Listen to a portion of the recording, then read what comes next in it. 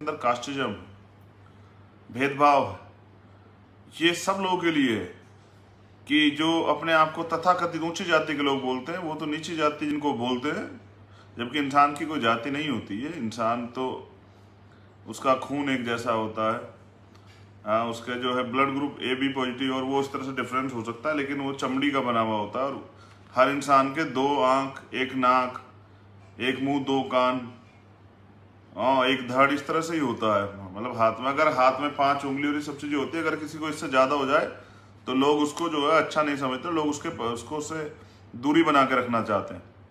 ये कटु सत्य आप चेक कर लीजिएगा। अगर किसी आदमी के 4 आंख हो जाए तो मुझे नहीं लगता कोई साथी जो है उससे दोस्ती करेगा।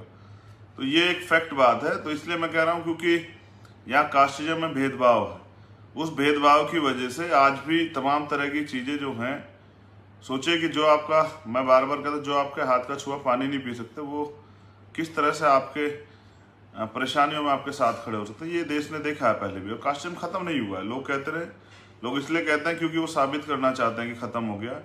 गांव देहात लेवल पे आप जाओगे तो आपको पता लग जाएगा, आज भी तमाम तरह की परेशानियां जो है गांव स्तर पे देखी जाती है। क्योंकि वहां इसलिए भी देखी जाती है क्योंकि वहां एजुकेशन लेवल कम, और अभी जो 2 चाइल्ड पॉलिसी आई उसमें भी एजुकेशन का एक बड़ा मामला है। अगर आप देश के नेताओं ने एजुकेशन पे काम किया होता, हेल्थ पे काम किया होता, तो जो समाज पढ़ लिख चुका है, जागरूक हो चुका है, वो क्या करता है, वो अपने आप ही पॉपुलेशन को कंट्रोल रखता है। पढ़ा लिखा मुस्लिम, उसके यहाँ भी 2 बच्चे हैं। पढ़ा लिखा जो दलित है उसके यहाँ भी 2-3 बच्चे हैं। पढ़ा लिखा जो ओबीसी का उसके यहाँ भी 2-3 बच्चे हैं। लेकिन ये जो यहाँ जो एजुकेशन के साथ जो है ना, ये इसको तमाम, मैं बता दूंगा कि ये सब चीजें क्यों की गई। जब मैं अपनी बात रखूंगा तो बताऊंगा कि सारा खेल क्या है। तो एक मामला है 69,000 शिक्षकों का, जिसमें आरक्षण नियमों का घोर उल्लंघन हुआ। ये उत्तर प्रदेश का मामला है। बहुत लंबे समय से अभ्यर्थी जो है जून से ही आंदोलन कर रहे हैं, लाठियां खा रहे हैं और तमाम तरह परेशानियां झेल रहे हैं। मैंने कई बार ट्वीट किया, मैंने सारे न्यूज चैनल पे किया, लेकिन कोई डिबेट नहीं हो रही है। और बुरा ये है कि इसमें जो आरक्षित वर्ग के लिए जो सीटें थी, उनसे जो है वो अनारक्षित वर्ग के लोगों को वो दे दी गई है, आवंटित कर दी गई है, जिससे आरक्षित वर्ग के लोगों में, नौजवानों में, अभ्यर्थियों में गुस्सा है। मैं बस इस पे एक बात रखना चाहता हूँ, बहुत जनरली बात, कि एक माँ बाप जो हैं अपनी मेहनत की, ईमानदारी के पैसे से और खून पसीने कमाई से अपने बच्चे को पढ़ाते हैं, वो उसको तैयारी कराते हैं। वो अपने, मैं बार बार कहता हूँ क्योंकि एक मैं गरीब परिवार से आता हूँ, एक प्राइमरी स्कूल के हेडमास्टर का बेटा हूँ, तो मैं इस बात को समझता हूँ कि पिताजी जो हैं वो खुद जूता नहीं पहनते, हमें स्कूल की ड्रेस बनवा के देते हैं, और वो हमारी पढ़ाई के लिए अपने तमाम तरह के सपनों को अंदर ही अंदर खत्म कर देते हैं। लेकिन वो हम कोशिश करते हैं कि जो जिंदगी, जो परेशानी की जिंदगी में झेल कर मेरे बच्चे ना झेलें, तो इसमें वो प्रयास करते हैं। और उसके बाद इस तरह का जब धोखा होता है, सरकार द्वारा षड्यंत्र करके इस तरह का जब धोखा किया जाता है, मेरे पास तो एक डाटा भेजा गया, वो डाटा बड़ा कठिन, लेकिन मैं बिना तथ्यों की बात नहीं करता। तो लगभग इसमें ये बताया गया कि 5,844 सीटें, यानी कि 5,844 परिवारों के साथ धोखा हुआ है। लेकिन ये भी आप समझिए कि जिस परिवार से एक व्यक्ति सरकारी नौकरी पर जाता है, तो वो अपने परिवार को, उसकी 2-3 पीढ़ियां जो हैं तैयार हो जाती है, क्योंकि वो इतनी आर्थिक रिसोर्सेज उसको मिल जाते हैं, इतना समय उसको मिल जाता है कि वो अपने बच्चों को अच्छा पढ़ा पाता है। और जब उनके बच्चे पढ़ के, जैसे एक आदमी पढ़ के टीचर बना, अध्यापक बना, तो वो अपने बच्चों को पढ़ाएगा तो उनमें से कोई डॉक्टर बनेगा, कोई इंजीनियर बनेगा, कोई वकील बनेगा। तो यानी कि दूसरी पीढ़ी तैयार होगी, और जब वो इस पीढ़ी में जाएंगे तो उनके आर्थिक रिसोर्सेज ज्यादा होंगे, तो वो तीसरी पीढ़ी को तैयार कर देंगे। तो इस तरह से एक सरकारी नौकरी कई परिवार सुधरते हैं। ये सारा क्या खेल है, इस पर मैं बस लास्ट टाइम पे बात करूंगा। अब आती है बात जातिगत जनगणना की, जो तीसरा सबसे बड़ा इशू था।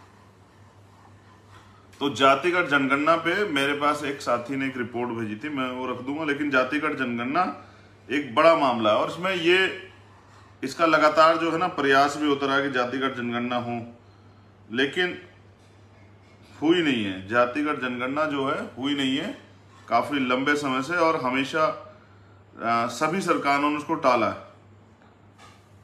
और मैं इस पे एक रिपोर्ट मेरे पास थी, अगर मेरा मन तो इसको पढ़ के सुनाने का, लेकिन ये पढ़ के सुनाने से अच्छा मैं इसको जरा सा बस डिफाइन कर देता हूं आपके सामने, हल्के शब्दों में रख देता हूं कि आपको जानकारी हो जाए।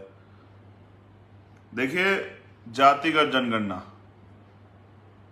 बेसिकली क्या है ना, सोचिए कि एक परिवार में 5 लोग हैं, तो अगर किसी सामान की खरीदारी उनके लिए हो या कोई सामान बांटा जाए तो वो बराबर बराबर इसमें तब बटेगा जब हम पे जानकारी होगी कितने लोग हैं।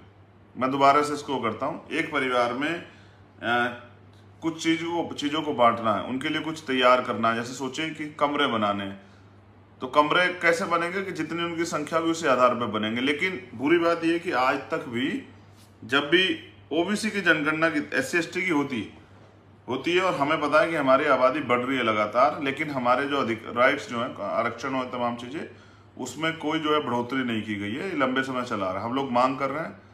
तो जातिवार जनगणना बहुत जरूरी है, क्योंकि अगर जातिवार जनगणना होगी तो कौन सी जाति की कितनी संख्या है जानकारी होगी, और जब ये जानकारी होगी तो मुझे लगता है कि उनको ये एहसास होगा कि वास्तविकता में भारत में उनकी स्थिति क्या है, उस सोसाइटी की स्थिति क्या है, उन्होंने क्या अब तक के इस लोकतंत्र में उनको क्या मिला है। और वो बुनियादी रूप से जैसे आरक्षण का जो प्रावधान है वो शैक्षिक बैकवर्डनेस, और वो जो शैक्षिक बैकवर्डनेस के आधार पे और जो प्रतिनिधित्व का आधार है कि भाई की संख्या कितनी है, किस प्रोफेशन में कितनी संख्या, उसके आधार पे आरक्षण है। तो आरक्षण की पॉलिसी को भी ये बड़ा इफेक्टेड करता है जातिवार जनगणना। अब जैसे एक षड्यंत्र द्वारा बना के जो है ना, वो तथाकथित ऊंची जाति के लोगों ने ये बनाया हुआ है कि भाई दलितों का अधिकार ये जाति के लोग खा गए आरक्षण, पिछड़ों का अधिकार इस जाति के लोग खा गए। सच ये है कि अगर वास्तविकता में जातिगत जनगणना हो, जातिवार जनगणना हो, और किस जाति के पे क्या क्या रिसोर्सेज ये पता लगे, तो आपको पता लगेगा कि 90% लोग जो हैं इस देश में किसी तरह अपने जीवन को जी रहे हैं। उनमें भी बड़ी जनसंख्या एक ऐसी है जो रोटी, कपड़े, मकान तक के लिए मोहताज है, सारी सुविधाओं तक के लिए मोहताज है। वो हॉस्पिटल नहीं जा पाती क्योंकि पैसे नहीं, इसलिए घर मर जाते हैं, वो लोग सड़क पे मर जाते हैं। ठीक है, वो खाने भूख के कारण मर जाते हैं, वो और तमाम तरह की परेशानियों से मर जाते हैं। हाँ, बहुत बुरी बुरी चीज़ें हैं, मैं उस पर डिस्कस लगातार करता रहता हूँ अपने भाषणों में, लेकिन ये भाषण मैं आपको एक रिपोर्ट पढ़ के सुनाई देता हूँ। 2011 में भारत में जाति जनगणना कराने के लिए भारत जो है 2011 में जातिगत जनगणना कराने के लिए बहुत करीब पहुंच गया था। लोकसभा में इस बात पर आम सहमति बनती दिखी कि जाति जनगणना कराई जाए, लेकिन मनमोहन सिंह सरकार के कुछ मंत्रियों, जिनमें प्रणब मुखर्जी, नाम याद रखें, और पी चिदम्बरम प्रमुख थे, जो कुछ प्रभावशाली नौकरशाहों ने तकनीकी पेंच फंसाकर कि इससे जनगणना की सूचिता प्रभावित होगी। 2011 में जनगणना में जाति की गिनती नहीं होने दी और मीडिया ने भी जातिगत जनगणना खिलाफ माहौल बनाया। और देखिए, मैं फिर कह रहा हूं, बहुजन यूट्यूब्स बहुत अच्छा काम करते हैं। हमारे जो छोटे छोटे जो लोग लगे हैं, थोड़े से कहीं फिट हुए हैं न्यूज चैनल्स में, वो अपना काम करते रहते हैं। कई बार हमें काशीराम साहब की इस बात को समझना चाहिए कि मनी माफिया मीडिया इनसे सावधान रहना चाहिए। आगे आप